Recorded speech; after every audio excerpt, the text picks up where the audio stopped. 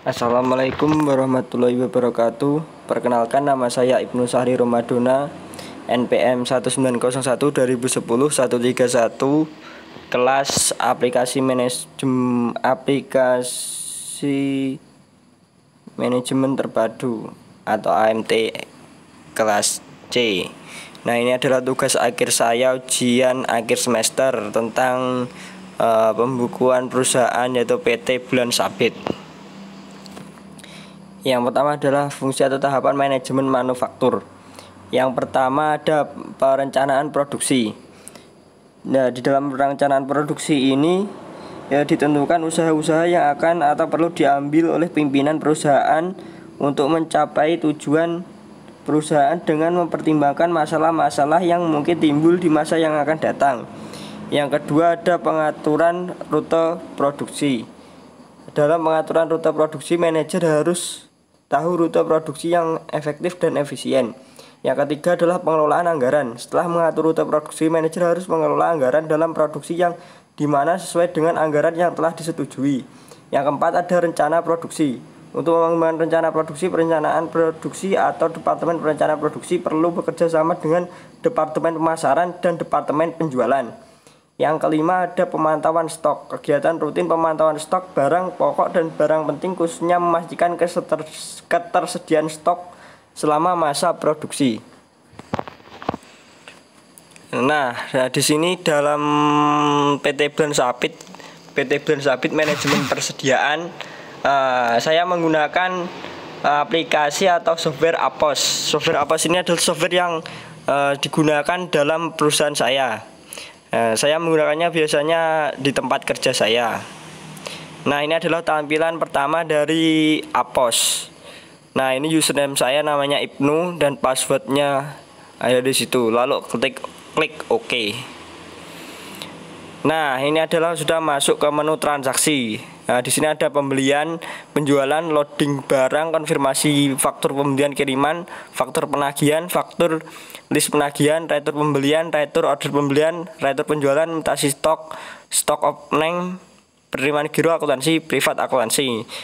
Nah, ini adalah tampilan awal kalau kita menuju ke pembelian. Nah, selanjutnya kita klik pembelian.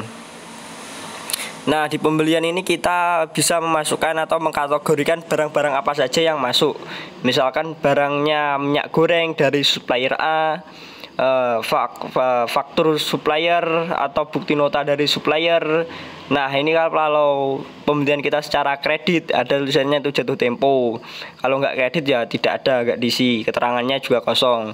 Nah, ini bisa kita masukkan kode barangnya, nama barangnya, misalkan minyak goreng, satuan harganya, misalkan diskon kalau ada diisi, terus expired date-nya, terus masuk ke gudangnya berapa. Nah, ini terus yang bawah udah ada grand total pembelian, atau bayar secara tunai atau utang. Nah, setelah itu klik simpan kalau sudah. Pertamanya klik tambah.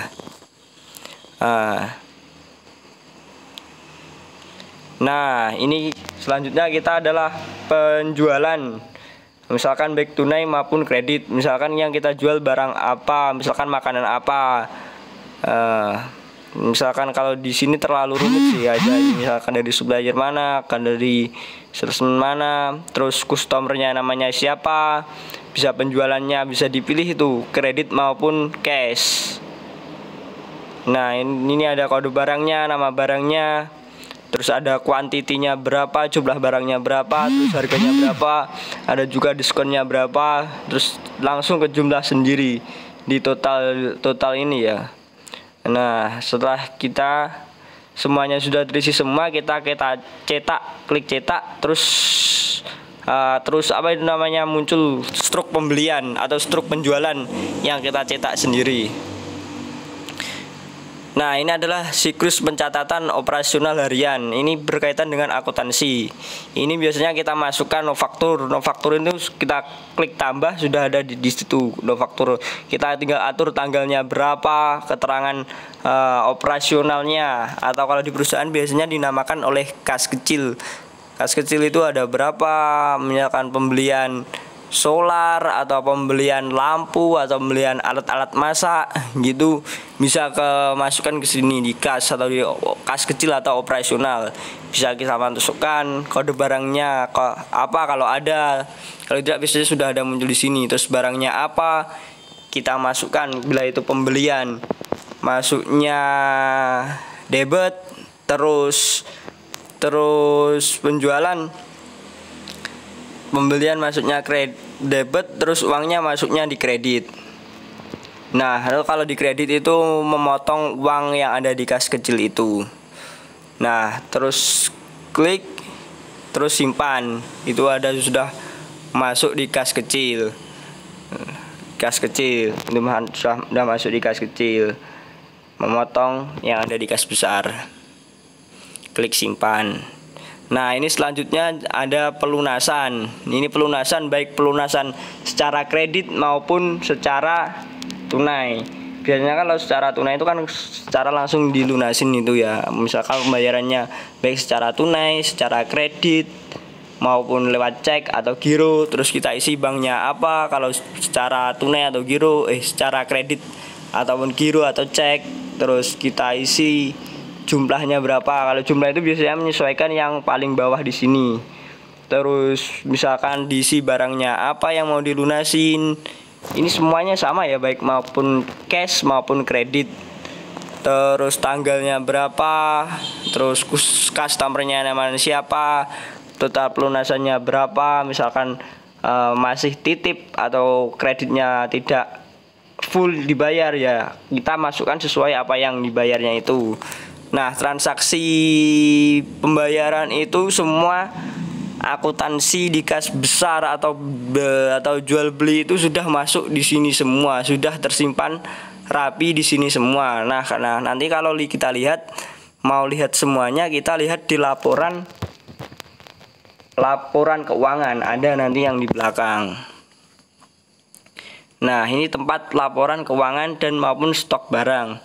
Nah, kalau mau lihat laporan keuangan di sini, misalnya ada daftar customer, ada daftar supplier, ada laporan estimasi per area, ada laporan stok juga, laporan pembelian, penjualan, ada semua. Laporan keuangan semuanya ada di sini alatnya, atau yang di paling bawah ini juga ada di laporan akuntansi. Ini adalah aplikasi APOS 10.5. Ini yang saya gunakan biasanya di tempat kerja. Semuanya ada di sini, baik siklus dari awal kita beroperasi usaha, semuanya sudah lengkap di sini. Dari awal barang masuk, pengeluaran barang sampai barang keluar, semuanya ada di sini. Terus masalah akuntansi, pencatatan, semuanya juga ada di sini. Nanti kalau belum puas, yang ada di sini itu bisa diimpor ke Excel kalau mau dimasukkan ke program yang lainnya. Nah, ini aplikasi yang sangat bagus sih untuk usaha, karena ini banyak digunakan oleh perusahaan-perusahaan untuk mengelola keuangan dan stok-stok barang mereka menggunakan aplikasi ini. Sekian presentasi dari saya untuk tugas akhir UAS. Terima kasih banyak Bu Virginia atas bimbingannya. Apabila ada salah, saya mohon maaf. Wassalamualaikum warahmatullahi wabarakatuh.